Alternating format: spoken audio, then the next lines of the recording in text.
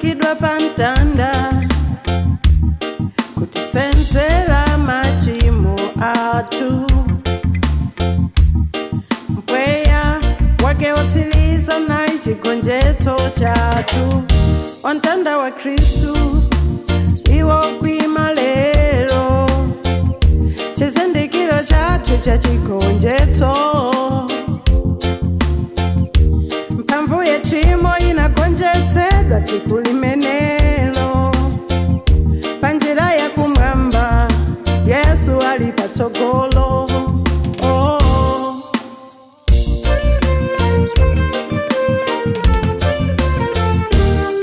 Manda sakanakoza kumugwira iye, ambuye Yesu anauka kwa kufa. Oye, Daniyo anagonjetsedwa, imfa ya mbuye Yesu anaigonjetsa.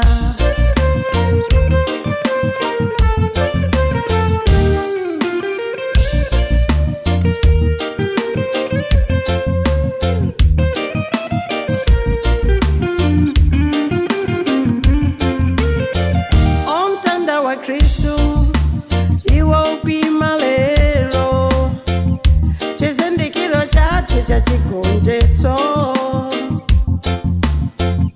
Mphamvu ya chimo inagonjetsedwa tsiku limenelo, panjira ya kumwamba Yesu ali patsogolo.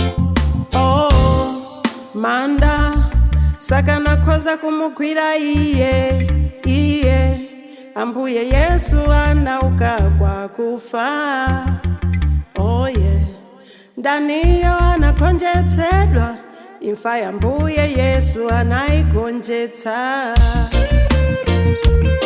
Gonjetsa, anaigonjetsa.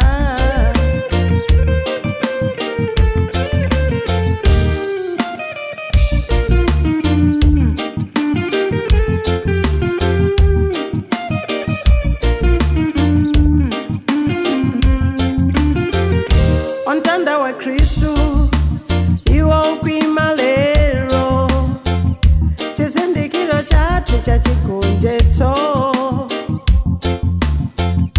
Mphamvu ya chimo inagonjetsedwa tsiku limenelo, panjira ya kumwamba Yesu ali patsogolo. Ontanda wa Kristu iwo kwima lero, chizindikiro chatu cha chigonjetso.